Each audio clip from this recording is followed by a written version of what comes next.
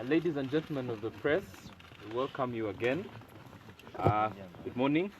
You're welcome to today's press conference by Honorable Kyagulanyi Ssentamu, this 24th day of September 2018. He will proceed to read the statement, provide a translated summary for the benefit of Luganda, and then we'll field questions from you, the press corps. It will be 2 rounds, and then we'll bring it to a close. Just 1 or 2 ground rules. Please, we request that we do not have people crisscrossing this hind area or making unnecessary movements. Thank you. Honorable Kyagulanyi, please welcome with me Honorable Kyagulanyi, and then we'll start the media conference. Thank you.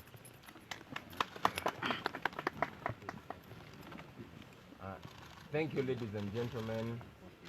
First and foremost, allow me to convey my apologies for being late. We agreed to have this presser beginning 10 o'clock, but for the minutes that we went beyond, please take our apologies. Now, fellow Ugandans here in Uganda and abroad, I greet you on my behalf and on behalf of the many people that did not get the opportunity to communicate to you today. I thank you for standing with us and for continuously being patriotic. There's a new energy that we saw in you that encourages that this is not just about us, like we said, but it's about all of you. We thank you for having personally taken on the struggle for your own liberty and treating it as your own. You all know what happened on the 13th of August in Arua, and I don't intend to dwell so much on it. However, you know, what the enemy intended to be for evil, God turned around, and he did made it for good, because it went ahead to open our eyes and our consciousness to the realities that we're dealing with every day, to the problems that we face every day. It made it evident even for somebody who did not see it at first. And yes, it opened the eyes of not only Ugandans, but all peace-loving people across the globe. You realize that the officials of the Ugandan government have always been trying to project a picture that Uganda is a democratic country. And for so long, the rights of people have been abused, people have been brutalized, and many killed, and it has always been conveniently concealed. But I'm glad that that cannot happen anymore. All these atrocities, all the injustices, and all the lies have been exposed to the whole world to see. That goes to you, gentlemen, most importantly, and ladies, of course, of the media. You've been the eyes of Uganda and indeed the eyes of the world. I'm still trying to get to terms with the brutal murder of my comrade Yasin and many others that got killed. I just learned recently that the guy who was shot dead in Gomba was indeed my OB. His name was Selungaya, and we went together in Bukalaji Primary School back in the days when I was still in the village. There were also people who were killed in Mityana during the peaceful protests against our illegal detention. Our hearts continue to be with their families. And I must also note that on the 27th of August, the day we were bailed out of court, 2 young people who had stood by the roadside to express solidarity with us were knocked dead by police vehicles. Now these are people killed by those who are supposed, in fact those who are paid to protect them. It is sad, and we continue to condemn it in the toughest terms possible. Many more people were brutalized, and like you saw recently, I visited some of our colleagues that I could afford to reach but many continue to suffer in hospitals. Many have been detained without charge, and yes, many continue to be brutalized and tortured. I spoke to my friend Dimutwe, and he narrated to me his ordeal, how he was brutally arrested, blindfolded for more than 10 days, and held incommunicado, which is illegal. And yes, we continue to condemn that. I must remind you, ladies and gentlemen, that our legal teams are working day and night to ensure that they get the freedom of these people, but also our colleagues, those who have died and those that have been tortured. And I can guarantee you, sooner or later, justice will prevail. In a special way, I want to commend them are underway, but they've stood strong. And it's at this juncture that I would like to request the entire legal fraternity to stand behind the leadership of the Uganda Law Society, so that our legal minds can really benefit the nation the way the nation always hoped to benefit from them. The citizens of Uganda have gone through tough times since the days when many of us were growing up. The citizens of Uganda are still going through tough times. But my call to them is that we must stand together. We are in this together, ladies and gentlemen. And indeed, when we stand together, we shall be able to liberate our country. This is not about a single person. It's about all of us. So we cannot just sit back and continue to watch with shock the disturbing videos of the security officers of the military, of the police, brutalizing and torturing the people they are actually paid to protect, and sit in our confidence, in our comfort. I can tell you that regardless of how comfortable you think you are, the injustices that you see from a distance will eventually come to you. And like Dr. Martin Luther King once noted, that injustice anywhere is a threat to justice everywhere. So yes, the injustice that goes on your fellow Ugandan is a big threat to your own justice and liberty. So I call upon all Ugandans to be vigilant, to stand together, and to not keep quiet, especially in this defining time in our history. I also want to thank in a special way the media fraternity. You, the journalists, the Ugandan journalists, and the international journalists have played a big role. You've been the eyes and ears of our country. Many of you know that maybe if I tried to communicate or raise my voice or represent the people that go through the same plight as I do, I probably wouldn't be able. But you make it much more possible and easy for us to raise our voice. And I must say, I commend you. I've seen many of you act professionally, even in extreme danger. I was so humbled by a journalist I saw trying to save the life of a guy whose name I learned was Sweet Pepsi, who was brutalized by the army that was putting on a national uniform with our national flag, which is supposed to be an emblem of honor. But this journalist came and did what continues to challenge me. So, gentlemen, ladies, I want to thank you on my behalf and on behalf of all my comrades in the struggle. We've seen journalists being brutalized, being beaten by security forces in broad daylight.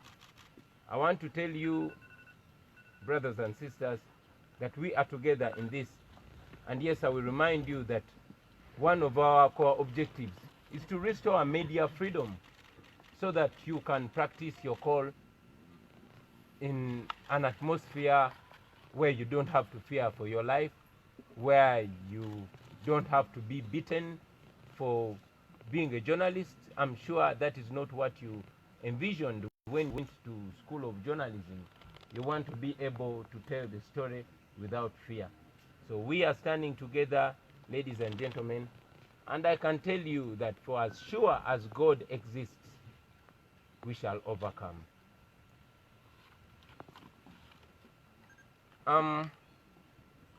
I must also note that we have very many professional and patriotic ladies and gentlemen in the security forces. I have interacted with so many of them from the top to the lowest levels, and many of them have intimated to me that they are frustrated by the way the system operates.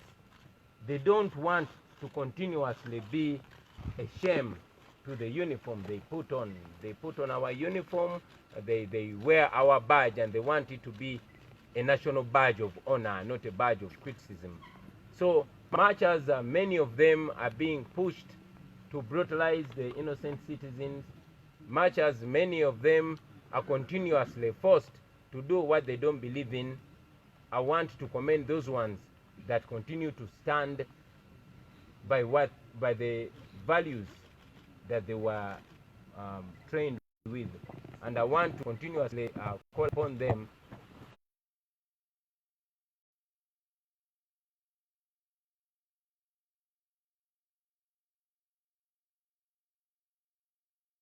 to, yes, be the voice of reason wherever they are.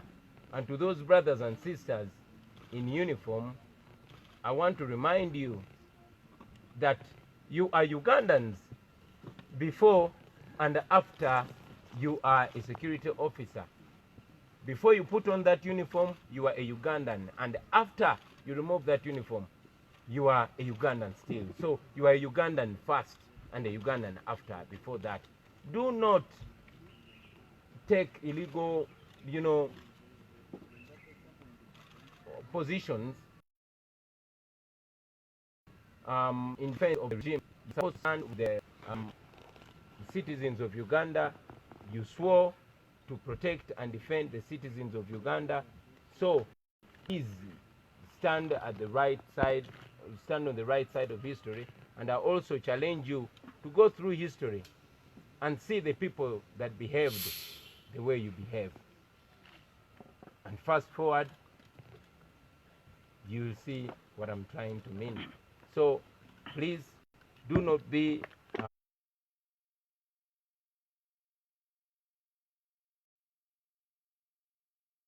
forces of fear. Don't be forces of terror. Be forces of friendship. Be Ugandan because you swore to be Ugandan. I see some members of the international community, some members of the international press. We welcome you in a special way, and we thank you for being part of the Ugandan story right from independence. It has not just started now. It started a long time ago, and yes, it will continue. But one thing that you have done, and we request you to continue doing for us, is not to take your eyes off us. We don't want to be crying in the dark. We don't want to be suffering in the dark. All we need from you is to tell our story, to make sure that the world sees what is going on in Uganda. As I said in the beginning, that the regime here has been able to commit so many atrocities against the innocent citizens. And yes, it has been smart enough to come off as a democratic regime until recently.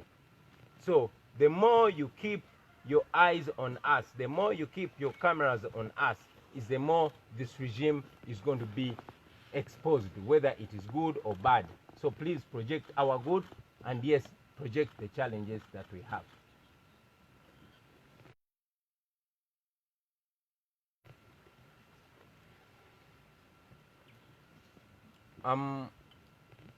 Before I leave the issue of the security forces, I've already mentioned that we have very good and patriotic officers, and I salute you, ladies and gentlemen, in the forces, although it is not very easy to stand with the country.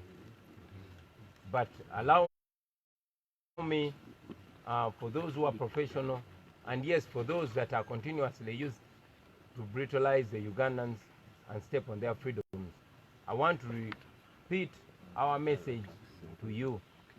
We are not fighting you, we are fighting for you, because we know that even the brothers and sisters in the armed forces, in the military and in the police, they are also Ugandans like us and go through the same challenges every day. These are people that we meet when they put off their uniform, and we share the same plight. So please be human and continue being Ugandan. I had to repeat that again to make sure our brothers and sisters get us, and to make sure they get our message once again that we are not enemies. We are Ugandans serving in different institutions, in different calibers, at different levels. So we are not fighting against you, we are fighting for you too.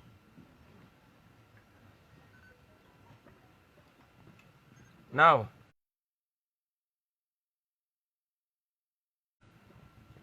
to President Museveni.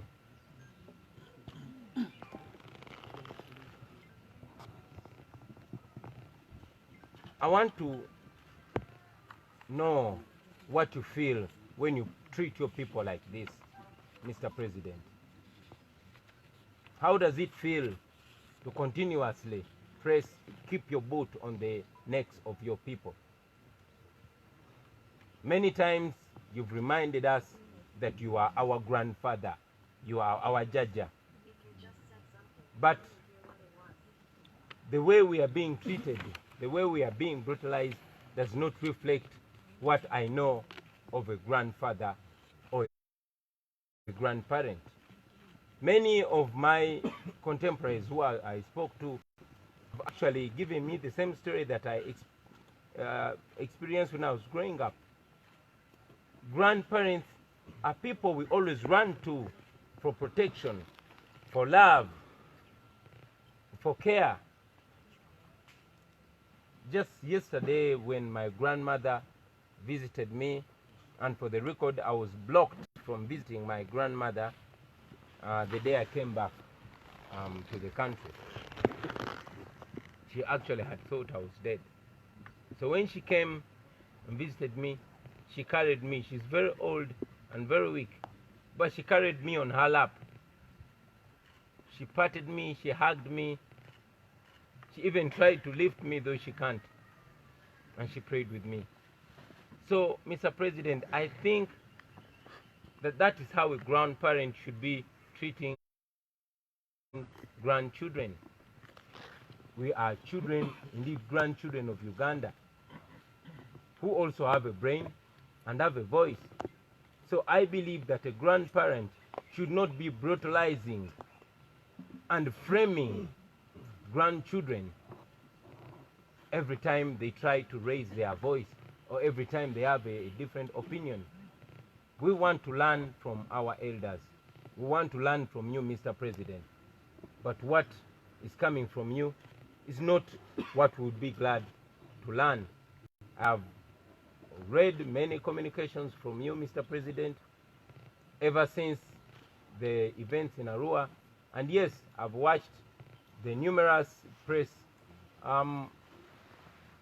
briefings that you've given the nation. And I must say I was very disappointed to know that the security agents, the soldiers that brutalized, that tortured us, me and the other legislators, and yes, other innocent Ugandans, and yes, the same people, the same soldiers that murdered innocent Ugandans, including my brother Yasin Kauma. the soldiers are expected you to call to order.